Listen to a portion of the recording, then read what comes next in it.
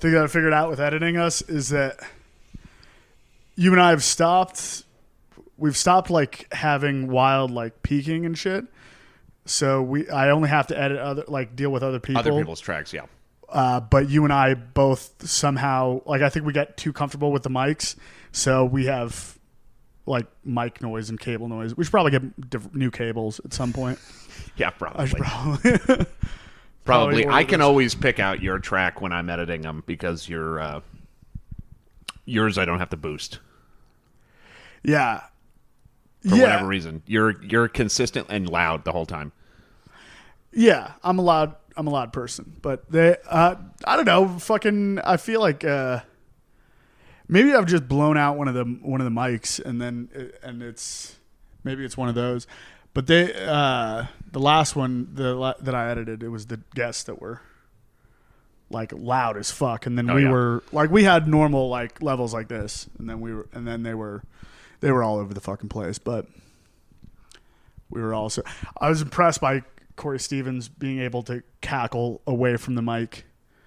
I was like, he's learning or something. We may have to get a kitchen mic if we're gonna have guests over tripping in the kitchen. Yeah, just to keep an eye on what they're doing. Well, no, because what they were saying was what they were doing. It was just Lewis fucking laughing. It's not. Yeah, there's nothing.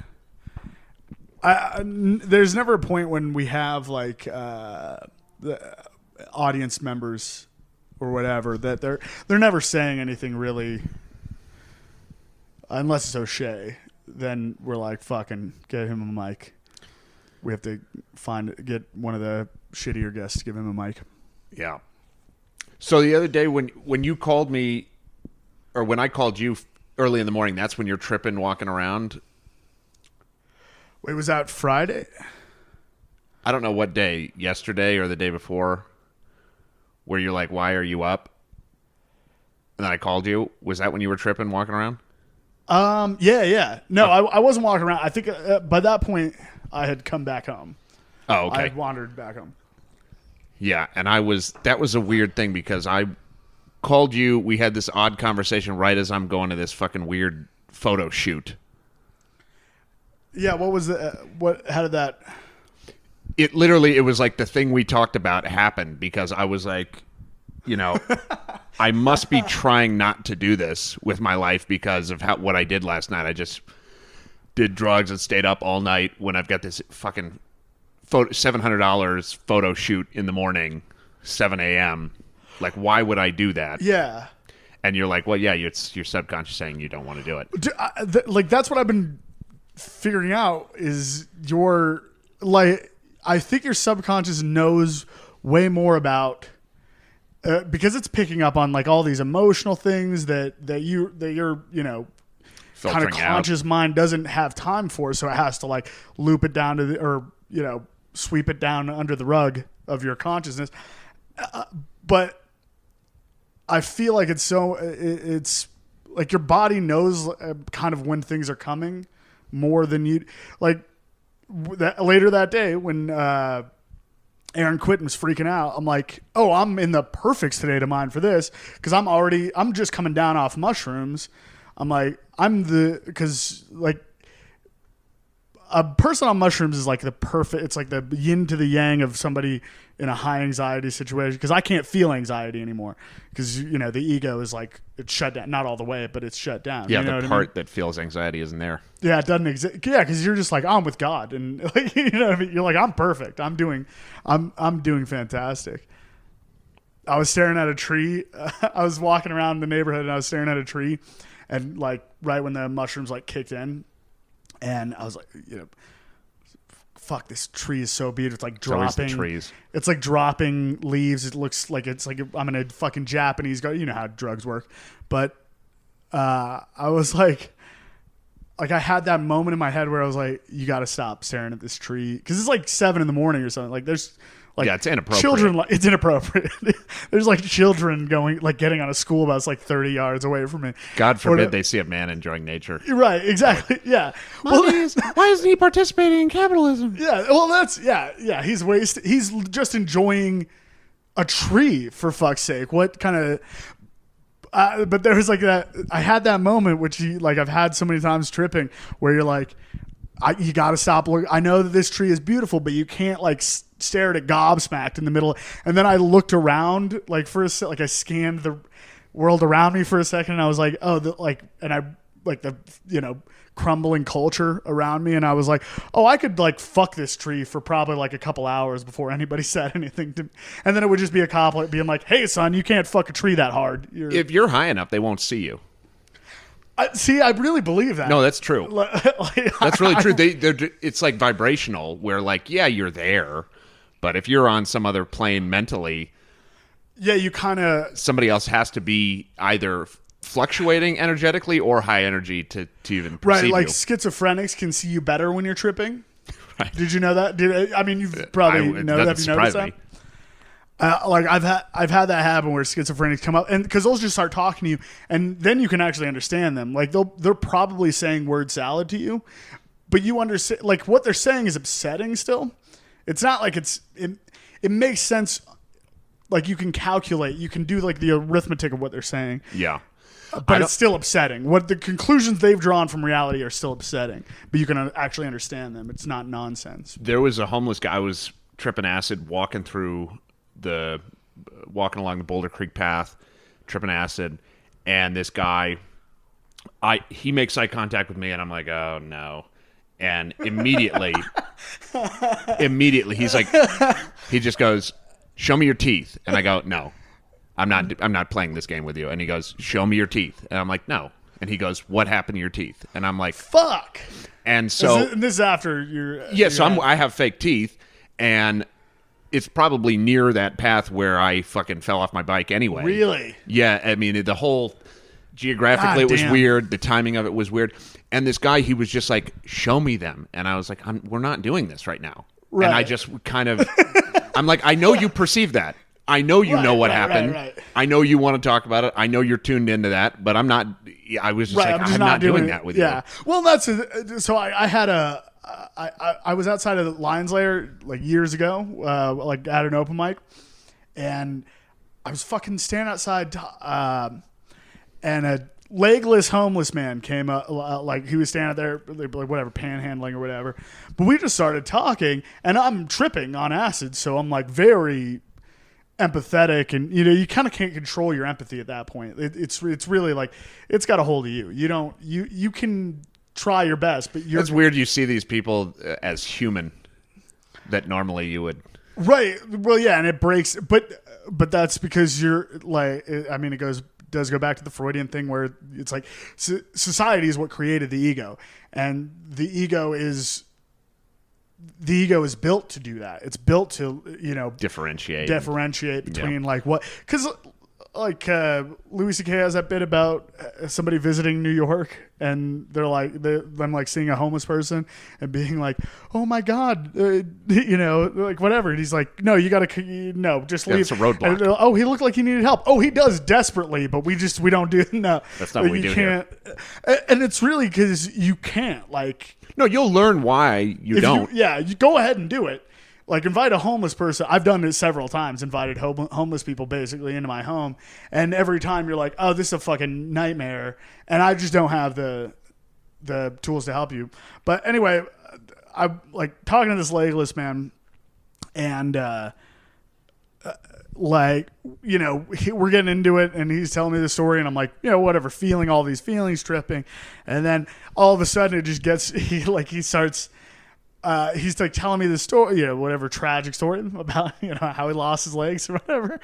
And then there's just a point where I look up and I meet eyes with him, and I just I'm like, whether this is true or not, the reason you're telling me about whatever part of this, whatever he was telling me, I was like, you're trying to manipulate me. And he asked me, and I was dead broke at the time. It was right before I left Denver.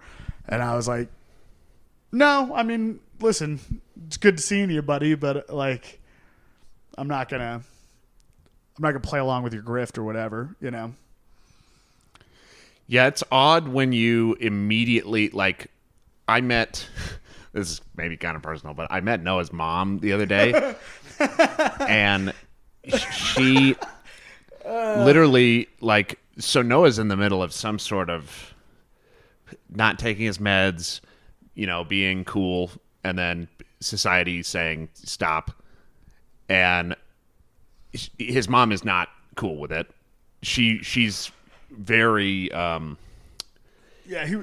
to impose order on him in every possible way, and maybe I would too if I had to live with him. And he's in the part of like there is a part of like fucking with chaos magic where you just become like you become like kind of possessed by chaos, and it's very hard to control. It's very hard, like and so she's playing the part of order. Well, now, but I go to pick him up to take him to whatever Mike or whatever, and she comes out into the street and she says, the first thing she's ever said to me, she goes, "I just want you to know that I'm not the villain here." And I go, "That's how you're going to start." And immediately I'm like, oh, wow, this is all posturing. Like, I can't even listen to what she's saying now. She starts talking about Noah this, Noah that. We need to do this because of this. And it's the same thing where you realize that homeless guys, you're like, it's a spiel. The grift, yeah. You're like, oh, this is a grift. This is a grift for you to preserve your... But this is like a, emotion, upper-class white woman who's a judge in her day-to-day life. That's her grift. And this is like what we were talking about off mic, like the... how like a committed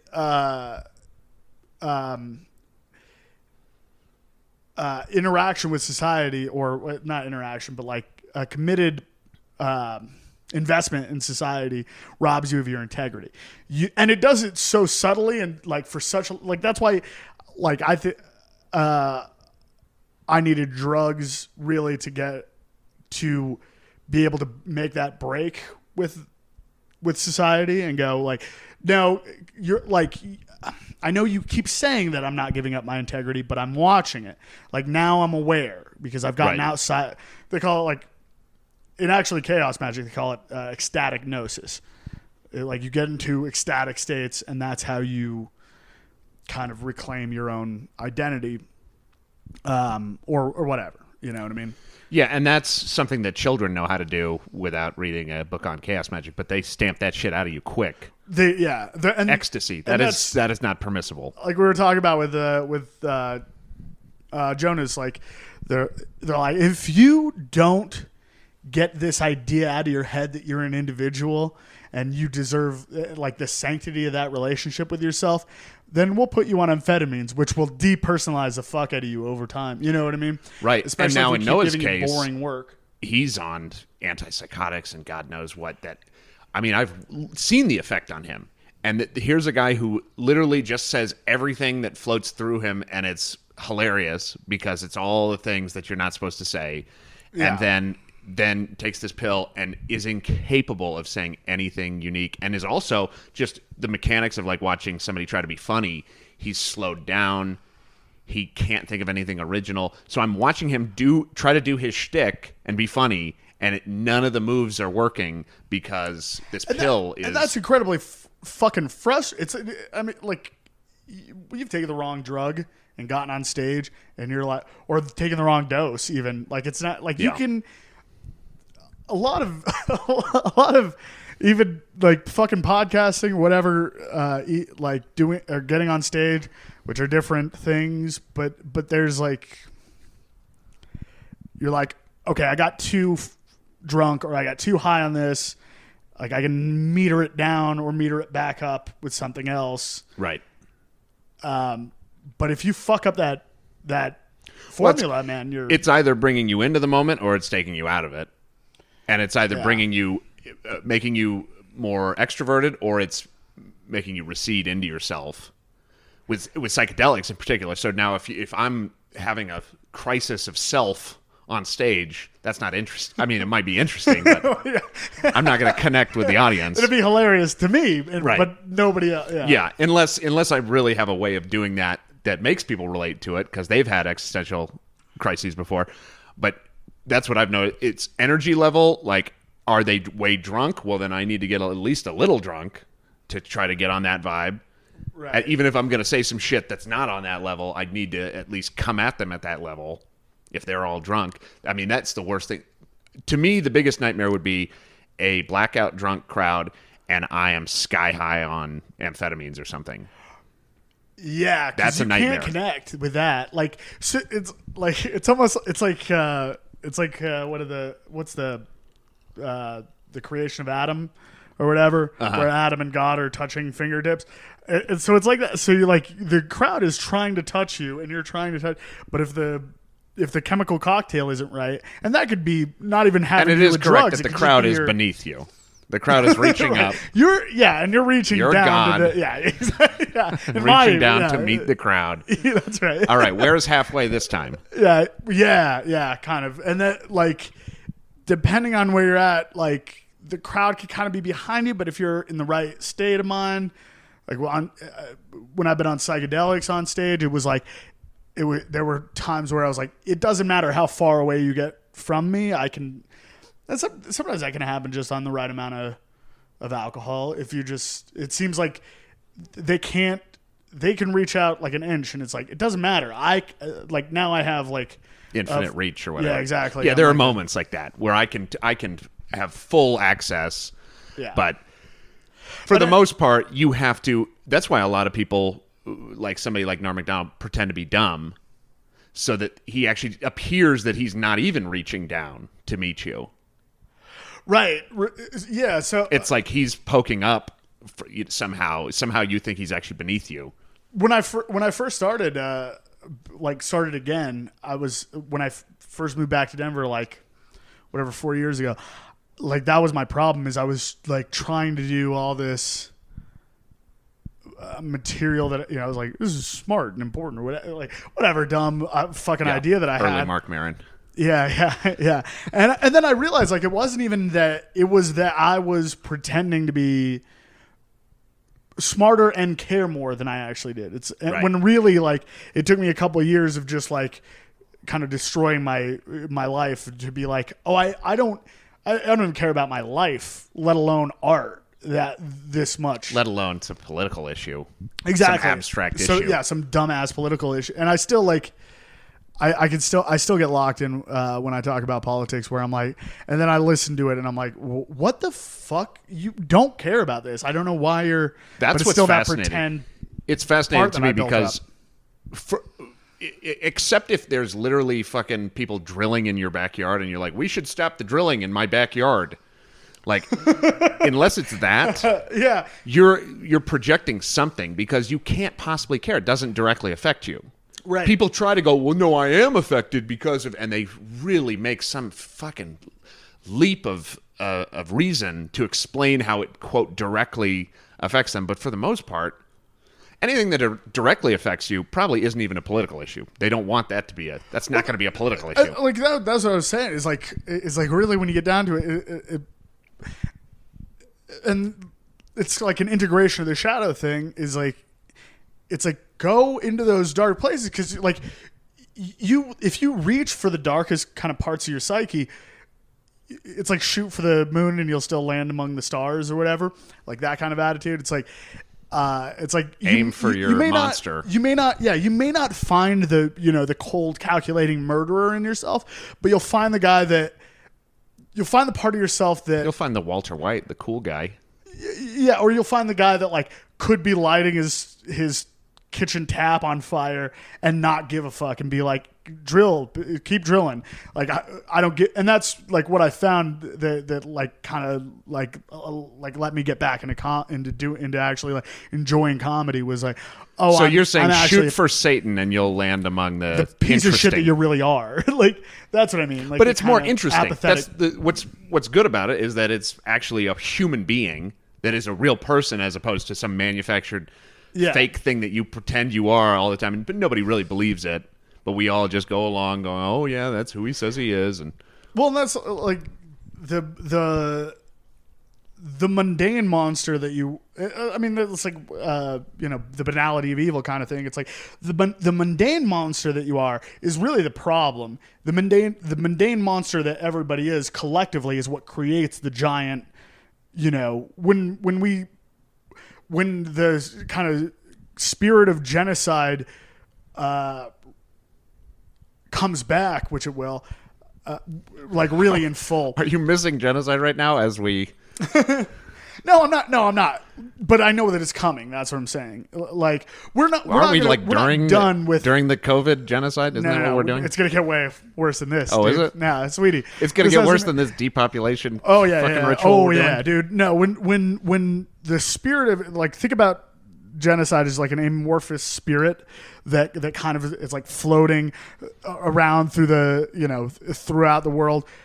Kind of trying to find an entrance way into the material. When that finds its way through, it's going to find its way. It's going to be kind of like adorned with all the efficiency of like the McDonald's, serve fast system or whatever the fuck they call it. So whatever the fuck Ray Kroc named it. Right. So I thought, but I mean, as like if you look at the way war evolves, it actually becomes, even though we may be killing more people, it's more efficient. It's more removed from the actual gory act of doing it. And in the same way, genocide, it becomes impersonal. It becomes, so what they're doing right now, if they really want to thin the herd somehow, and they want to eliminate certain genes or whatever, if you do it in a way that is people don't see, if you do it in a way that secretive, and that looks like something else that's totally normal, right? And that's what I'm saying about the McDonald's system is that this appears without. It appears to be beef. It appears right. This appears to be food. They're like, this is a hamburger. It appears to be fucking food. It appears to be food. Yeah. But it's not. Like it's not that at all. Like, I forget who was the guy's name.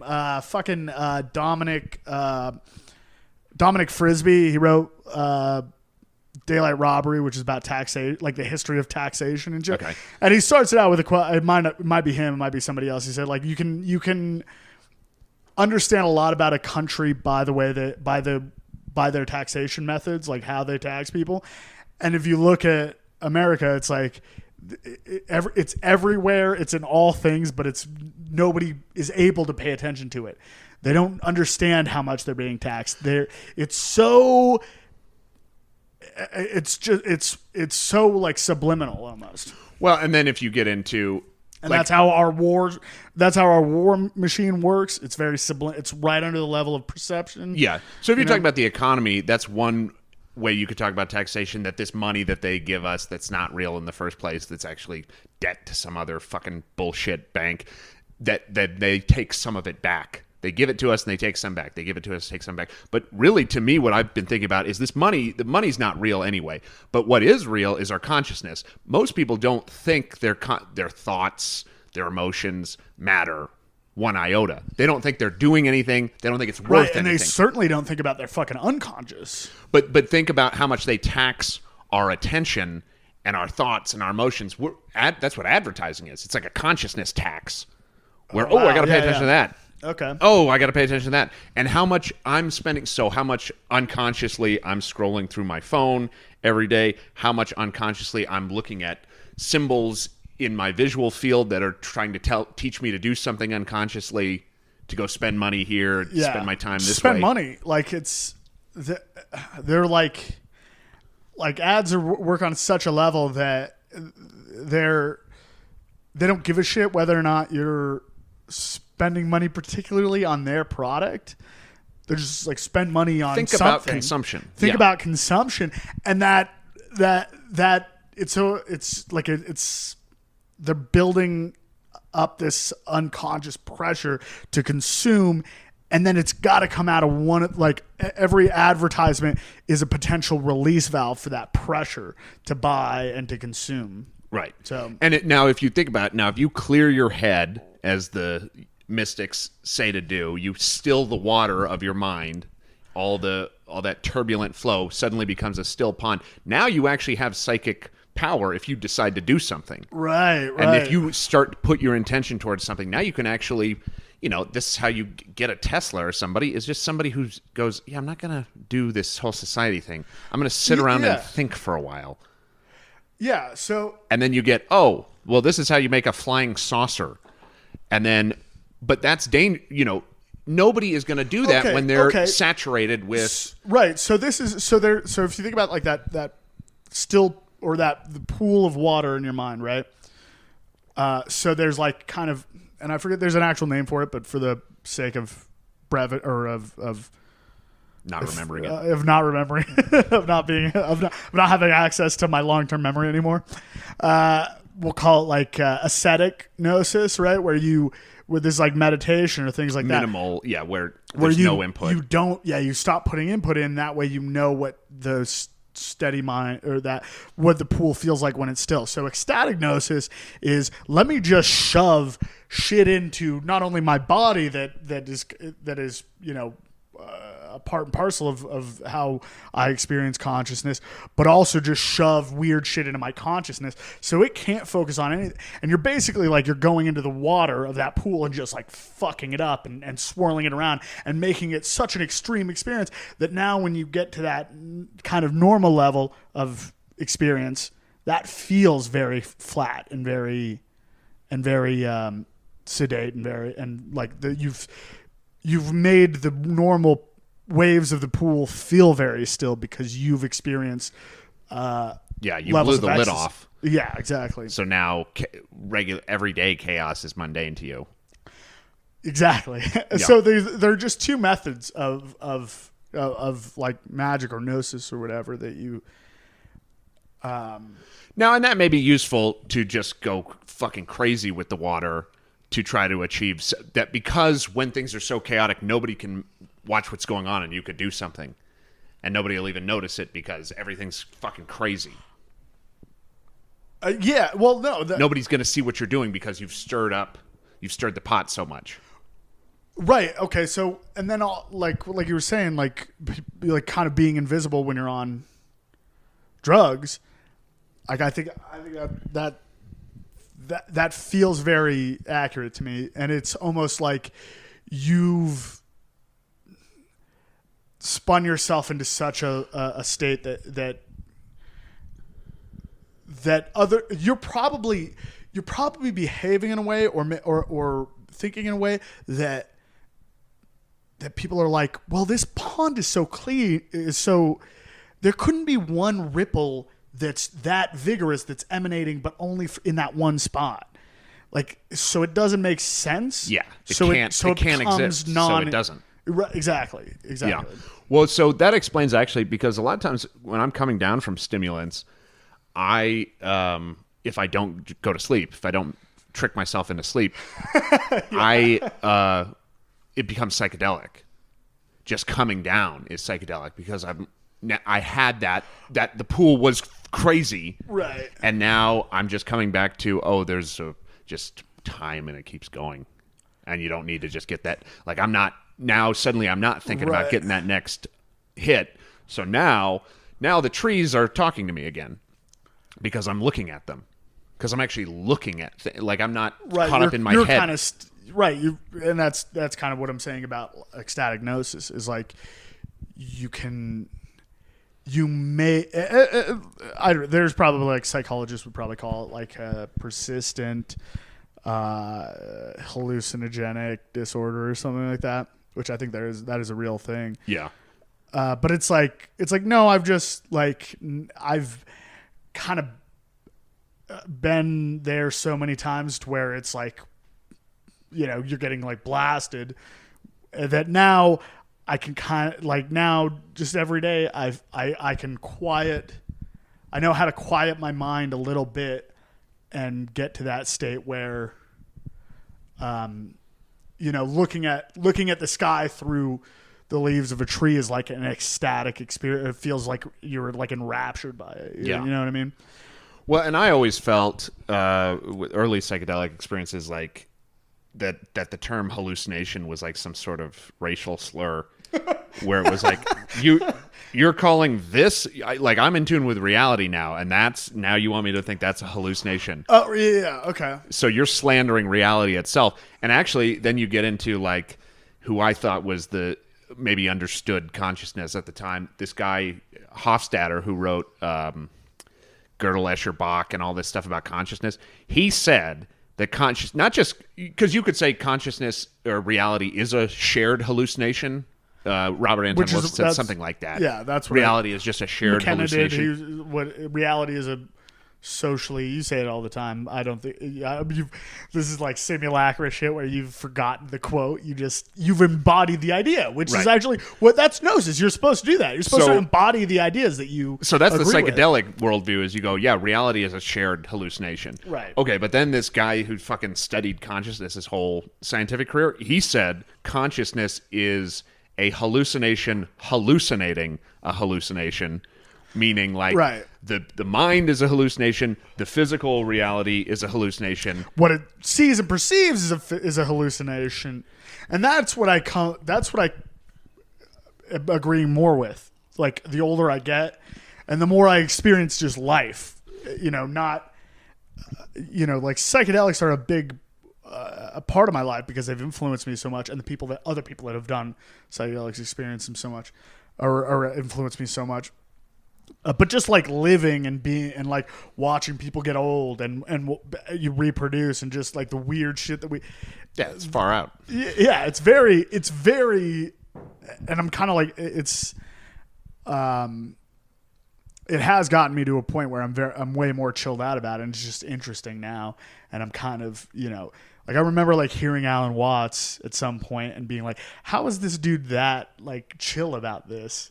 And the older I get, the more I'm like, oh yeah, no, you calm down and you just kind of, you get tired, really. And then that, it's also though, cause his whole philosophy, the Zen thing is what actually is driving the forces of creation, because it's not this idea that I need to create things. That's where you're trying to make the world work for you all this time. And then realizing that actually the only time you ever did anything meaningful was when you weren't trying to do anything. Yeah. And then you're free to actually go. Well, that's why I dug Taoism so much. Like I had a very like good acid trip. It's actually why I moved back to Denver, was because I got high on acid and read the Tao Te Ching, and I was like, this makes like I don't think it would have made sense to me had I just read it sober, but the fact that it was the first time I ever read it and I was on acid, I was like, you're saying the correct things. Like, I don't know what, but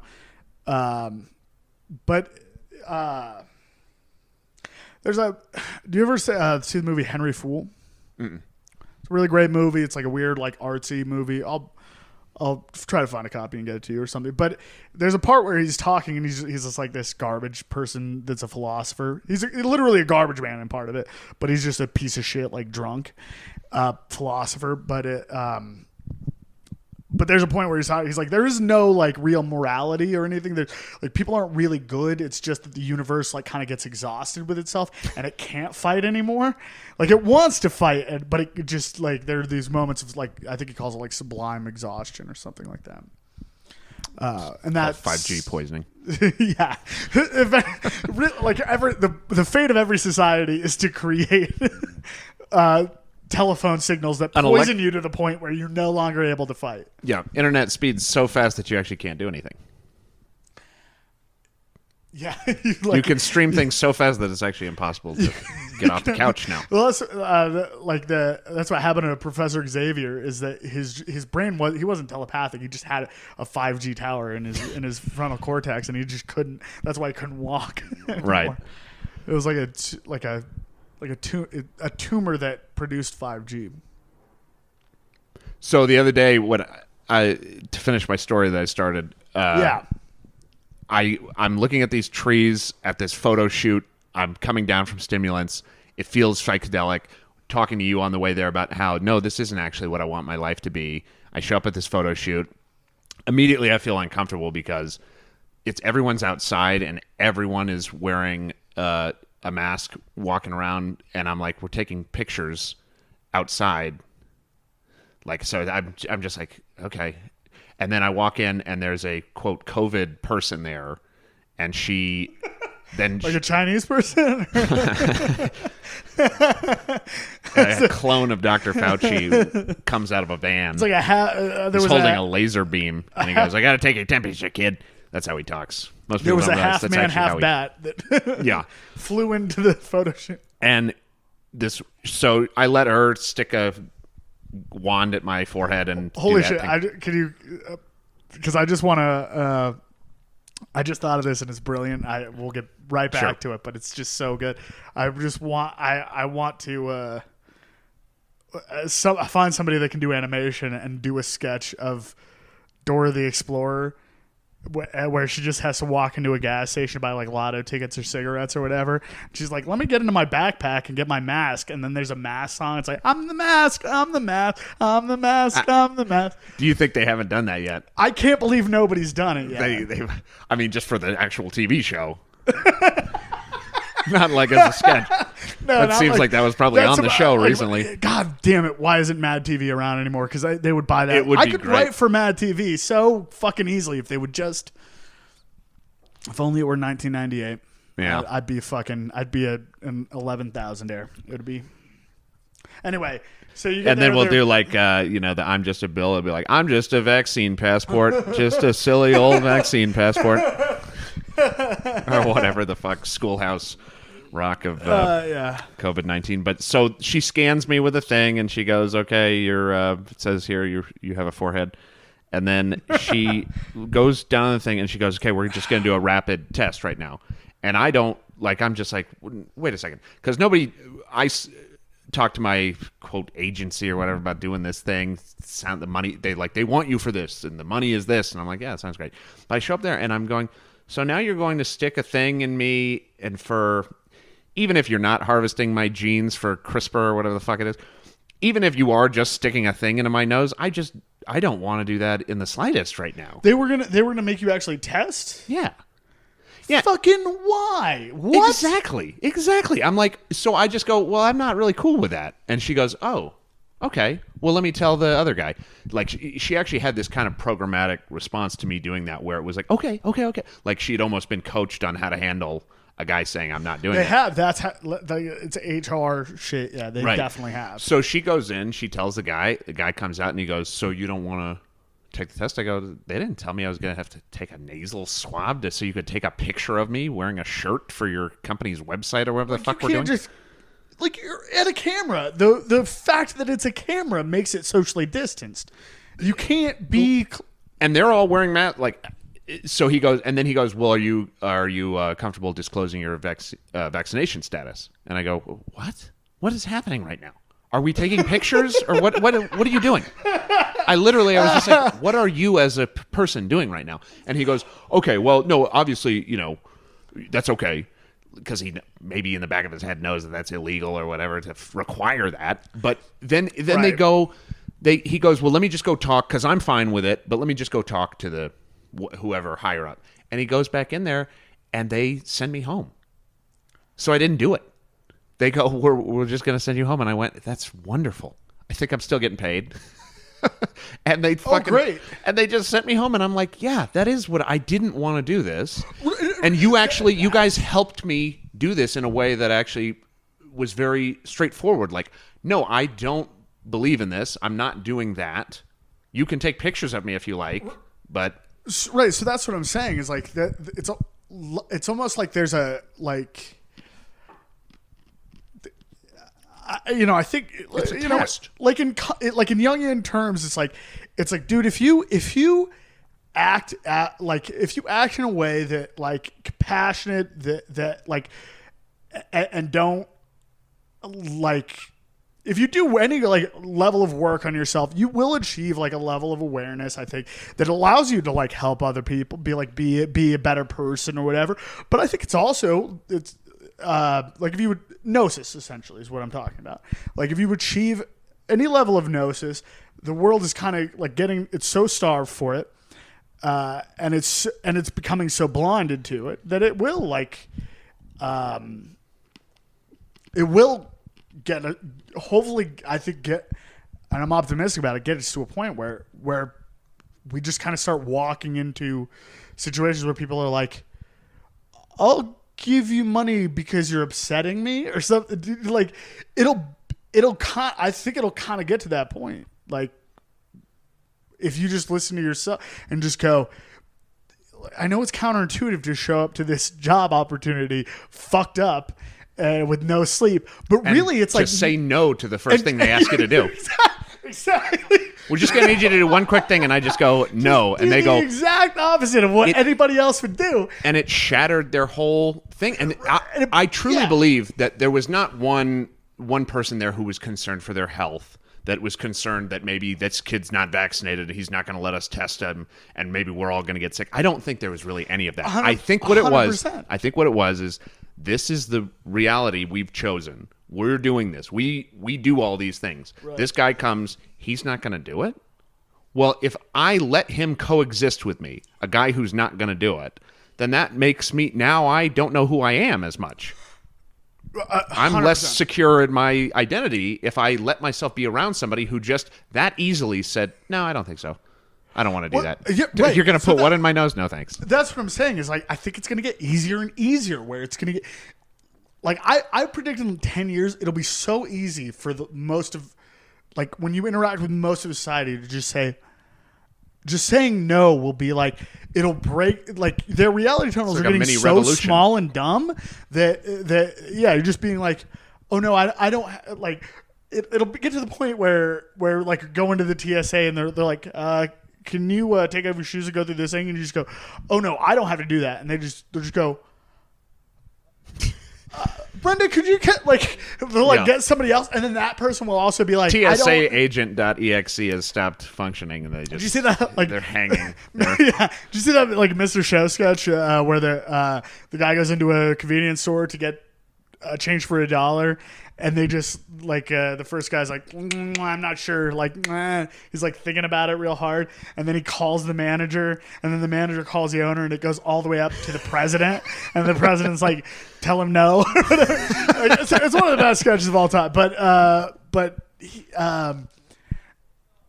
that's what it's gonna be is kind of just. That's how easy it'll be to fuck the system. Like the system, I think, like years ago, like in desperation or whatever, I was much more pessimistic. But just seeing like, it's sad. Like when you know people that are really locked into the society to be like, oh, I could rattle off like 5 sentences that would really make you scared of what's going on around you, and they're very like provable. It's not like I'm saying like, oh, Jeffrey Epstein did. No, none of that. Factual statements. I could just say like 5 things about you personally that are undeniable facts, and those would start to melt away at your identity. There should be like a game show where you just try to destroy somebody, destroy their whole life and their reality tunnel in the fewest amount of statements possible. God damn it. It's so like the highest level of a roast battle, because basically what you're trying to do is kill their ego. Yeah, or hurt their ego, or like wound their ego. Destroy their reality in some way. Well, that's what's so fucked up about dealing with comics is you're like, I was like having to listen to podcasts that we've done. I'm like, I'm just straight up being like, I'm saying pretty horrible shit to this person, and they don't give a fuck. In fact, they're like talking to me later, like we're friends. Like they're totally fine with it. And then there's other comics that you talk to, and you're like, I don't know about you. Like you seem too vulnerable almost to like. Well, that is the strange thing about comedians, is you realize a lot of them are overly sensitive and can't handle criticism, can't handle it, can't take a joke. Is the main thing that's surprising about comedians. You go, how most comedians cannot take a joke. Like, I think we were talking about. It might have been on the podcast. We're like, you think that they're going to be like funny and want to party. And it's like the second one I understand because we both like to party, but even that, like we've had so many like sober comics on, fine, not a problem. Like it's like that I can take. I'm like, yeah, listen, and they seem to be like generally understanding. It's like, yeah, we're probably buzzed or drunk while we're talking to you, almost inevitably. You know what I mean?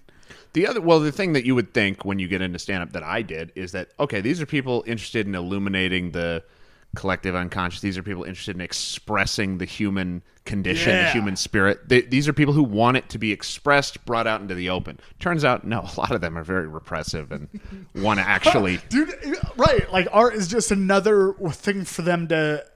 It's like... So, like, I remember talking to, like, a bunch of people in my family were truck drivers. And people that I knew, like, because my grandma was a truck driver, like an over-the-road truck driver for like decades. You know what I mean? And like I went out on the truck with her when I was like 13 or something like that. Like, you know, went to like Arizona, California, Chicago, all these places, like traveled as a kid. It was very, you know, it was like, I think, you know, for like a lower class person, it was very like exciting and like whatever, indulgent. You know what I mean? It like felt it. To see the country in that way. It's like it was not available any other way. Mm-hmm. But I remember like them talking about it, like my grandma as she got out of it, my grandpa, her husband, is my step grandpa, but he was a truck driver as well. That's how they met. A good friend of mine that I lived with when I was in college was a truck driver. My cousins, my uncle, like it was like it's just around. And I just remember like them kind of coming back and being like, this was like kind of an outlaw thing almost. It was like it was a wild thing. It was like you make your own hours. You're out there on the road alone. You know what I mean? You're traveling around. It's kind of, you know, it's its own thing. And then it's almost like the corporate mentality of like, this is a 9-to-5 thing. There's a hierarchical structure and there's a like an HR system. There's a monitoring system that keeps an eye on you and does all these things. And they were very fucking sad about that. Yeah. And then when I got into comedy, I kind of saw like the, you know, the kind of more established comedians being like, we should unionize and do all these things. And I'm like, no, and like I understand people want to be protected and shit. It's like it's not wrong for doing that, but it's like you're taking out what I got in this for, which is like it's because no other industry can. Every other industry basically I rattle out of. You know what I mean? And so and that's the thing. I thought, okay, I don't want to do this office politics bullshit. I don't want to do this phony. Blowing smoke up other people's asses. I'm going to get out of the corporate workplace. I'm going to do comedy. And then you realize, oh yeah, actually, if anything, the politics are worse. Well, I mean, we're at this point where we can still, I think, like find our own way, and there are enough people out there fucking up, or like not fucking up, but like breaking out of the system that but it's like. But yeah, it's like I got into this specifically because I don't want to sacrifice my fucking integrity, and now you're like, you know, that it's like I know you want to unionize and find a way to collectivize financially in some way so that people can have healthcare, so that if a comic gets leukemia, they're not like dying, you know, and drowning in debt. It's like I understand that, but there are no free lunches, motherfucker. Like there's gonna come a point. It might not be right away, but it'll be pretty quick because all these systems are all you know. You're just gonna take on the same structure as a bunch of other bureaucracies, and there's gonna be come a point where there is a bureaucracy within that union, within that organization, whatever, that's gonna go.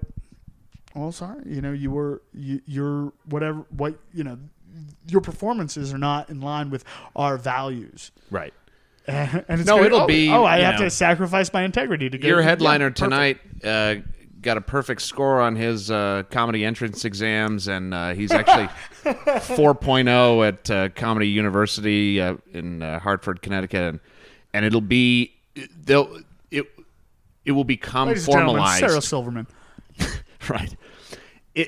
I think that's probably the direction it's headed. Hopefully, the nature of what it is will continue to be rebellious, so that the people who fucking do all the quote right things will be lame quickly enough that that people will be interested in somebody who's actually an independent voice and just interested in expressing themselves as a human being. But I think it's headed towards all the things you're talking about, becoming more. It certainly appears from what's happening with cancel culture and whatever else that there are becoming more mechanisms for trying to control the art form, for trying to systematize the art form. And it's like, this is the part that annoys the fuck out of me is that, and it's because people aren't like, it's like you're not none of you are going out into the woods by yourself. None of you are living aesthetic. And then the people that are actually, forcing themselves to do ecstatic experience, those are the people that bother you or that upset, like Luis Martinez or whatever. The people that it's like, oh, like, because they're such pussies, like they're like, oh, what an interesting person. Like, what a problem this is to us, It really is. It's like the reason you don't see it is because you're not aware of your unconscious.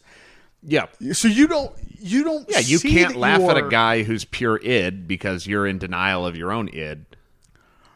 Right. You hate your id. You have to go. That can't even be a person. Right. It's almost right. And that's, dude. When I see people booking Lewis, I'm like, that's a person that is aware because they're on they're on acid too. They can see him. Because the people that aren't on acid, they can't see him. The people that aren't in touch with their id, they cannot see him. Or you know what I mean? You're a similar. I mean, that's why we hang out. But well, and I don't even know what the hell I'm doing, but I know that people are either just certain people that are just bothered by it, just on some deep level. They're just bothered by it, and they can't even see it as they need to try to make it something that's not comedy. They go, what he's doing is this, and then they're talking about something that's not even, we're not even talking about the stage anymore. We're not talking about material. We're not talking about the art form. We're talking about this guy he's a problem because of this, and you just go, okay, you're trying to make this about something else because you have a gut reaction that you're not comfortable with what's happening when I'm talking. Yeah, and it doesn't even like I thought I knew what it was for a while, but then I remember. We were at an open mic, and you went up and did like a pretty aggressive set, and there were like a couple of women that I was like I think even in their sets they said some shit where I was like, they're definitely talking about Alan. They definitely hate him, and like I was almost kind of like I started getting uncomfortable a little bit. Because I was associating with you, you know what I mean? And then as soon as the show ended, you were talking to both of them at the same time. They're smiling, they're like hugging you. Like it was it was just fabricated in my own mind. Like, they were talking about other shit. Might not have been. Maybe you're just that charming, but no. For some, there's a weird duality to it that you protect. It's especially if it's jealousy. This is one thing that I've realized is if I'm doing something that is different or that other people want to do, then their options are to try to do it, to try to learn from it, or try to learn who they are, or to, in various unconscious ways, to be jealous of it and then to try to destroy. See, I think, fuck, I forget who was it. It might have been on the podcast. It might have just been at a mic or something like that, or a show. But somebody was saying, and I think I've had it watched this happen like a few times with you, which is it makes me glad that we're working together because I feel like you're maybe more unconsciously doing what I'm trying to do consciously, which is like I've heard people just be like, do you really think that or whatever, and you dodge the question, but it's like, yeah, don't that's what I'm talking about, like with coyote shit. It's like the coyote, be a trickster god. Like you're never. The best way to not the best thing to do is to never let other people know whether or not don't let them know about what reality is, because that's a lie. You're lying to them by telling. It's like, do you think I know what my intentions are? Do you think that I know what I think is true? No. That changes day to day. And I could believe something about my own self, about my own, this is where I stand on this subject. And then years later, just be like, oh no, that was total bullshit. That was just the thing I was trying to cover for this other thing. You know what I mean? Like, you don't know yourself. You don't know yourself, dude. So to act like you do is to lie to people. And the best way to like keep that healthy distance from them thinking that you believe in reality is to kind of not believe in reality. Like, don't believe in your own bullshit. Like Wilson said, don't believe in anybody's bullshit, not even your own. Yeah, I mean, what do you really have? You have a collection of stories that you tell yourself about all the things that have happened to you. Yeah. And then on every so often you go back and you go, that wasn't even what happened. yeah, I just got caught up in Wait, my own and that's bullshit. my whole personality? And I didn't even, that was a story that was wrong. Yeah, it wasn't even an accurate perception of what happened. Yeah. Yeah. And I've founded my whole personality on that. Jesus Christ. And that's what, like, when you present a stable identity to somebody, you're contributing to the lie that stable identities exist, kind of. Does that make sense? Is that... Yeah, and that's an egoistic thing, and that's I've tried to cultivate ambiguity intentionally. Yeah, that is one thing I've done. Okay, so yeah, maybe you just you've maybe been doing it intentionally longer than I have. But that's a psychedelic thing. That's the ability to realize that actually the categories themselves are not real. They're just an accounting system or for convenience. Right. It's like, do you really think that lizards invented COVID? It's like, I don't know. I don't think about it. Fuck you. I just say things. Like, what's your deal? Like, why do you want this to be, this is all bullshit. Like, matter is bullshit. Like, where are you going with this? Like, what, if your construct of reality is real, God help us all. But now imagine, so the reaction you're talking about where people after a comedy show, do you really think that? It's really the equivalent of like if you went to a guy and he like read you a bedtime story and then you go, was that real? Like, did that really happen? So, was there really a dragon? It's like, no, dumbass. By the way, it's not even a dragon in this story. In this story, it's an allegory for another. Right. It's like, how do you not understand that? But it's they're yeah, and I mean, so dumb. Now you it's like the way that you would look at somebody who, like a child who thinks Star Wars is real, and you just go, well, that's charming, but you're a child. Yeah, okay, yeah. Well, they're going, did you really mean that we should kill unborn babies with assault rifles? And you just go, yes, Lord of the Rings was real. Yes, it's all real. I'm like, dude. And maybe it is. And that's the thing. I've heard this something Seinfeld said that I thought was fascinating. He was saying that actually the immateria is realer than the material. He said your thoughts are realer than so-called reality, material reality. No, so I was watching a video this guy did about where he was talking about William Blake, the poet, and he was like, William Blake was like, he would talk in metaphor about seeing demons, but then he would also say, no, I literally saw a demon. Now, that's not a metaphor at all. Right. And I've been reading, I started reading Dead Souls by Nikolai Gogol, who, like, this great Russian author.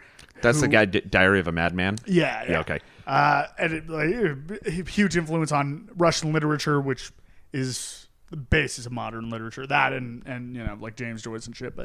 But so Dead Souls was supposed to be the first part of he was actually like writing an interpretation of Dante's Inferno, and Dead Souls was supposed to be the Inferno. So he was going to write Purgatorio and Paradiso later. He got halfway through Purgatory and set all his manuscripts on fire when he was like 42. Set all his manuscripts on fire, said it was the devil played a practical joke on him and tricked him into burning his own manuscripts. And then he laid in bed and starved to death for like 9 days. Oh, God. That's how he died. So you're like... That's so similar to the David Foster Wallace endgame where he's writing this book about how to try to find meaning in a tax an IRS employee's life. He's describing this tax worker's life and the minutiae of it and how he's searching for spirituality and trying to find the meaning in this life that is just seemingly meaningless, and halfway through the book hangs himself. Because he couldn't find 100%. So but William Blake was saying all this shit about like he's like, stop trying to keep, the structural, rational reality from the poetic. And what's the deal? Heath Ledger. This is also Heath Ledger. Really? Well, yeah. The Joker thing. Yeah. It's like, well, that's different. Or like, now, and conversely, when you talk about Jim Carrey, who he goes, yeah, actually, I realized that I was method acting my life. Yeah. And then I realized that actually the characters I was playing on the screen were maybe even more real than me, and I forgot who I am even. I think that it's similar, but it's like, if you go into the self, like this is a point of like meditation, or which I don't do, or like I do, because that's aesthetic gnosis. I don't do that. I do ecstatic gnosis. I like beating my brain up until it's too exhausted to front. You know what I mean? It's too tired. Like I've beat it up to the point where it's like, I'm just going to show you reality. And you go, okay. I'm too tired to lie. Right. I'm too tired to lie. Beat your brain up until it's too tired to lie. That's been my method. And I don't think I'd chosen it. I think it was like, it's all on instinct. You know what I mean? You just go, this feels right. And even when it starts feeling bad, you go, let me make it a little worse and see what my brain does then. And then it starts showing you weird shit. And you're like, okay. And then you like, that's how you, anyway. But yeah, the separation of poetic and like post-enlightenment rationality. It's like, guys, shut the, what are you accomplishing through this, through like making this reality perfectly representable by data? Like, and really what you get to like with people is they're like, oh, then I get to deny my fear of my own mortality. That's what I get by dedicating, by kind of being absorbed killing the soul, by making the soul a datum in the microchip. They get, as long as I believe that the soul is a myth and it doesn't matter to me, then I don't have to think about.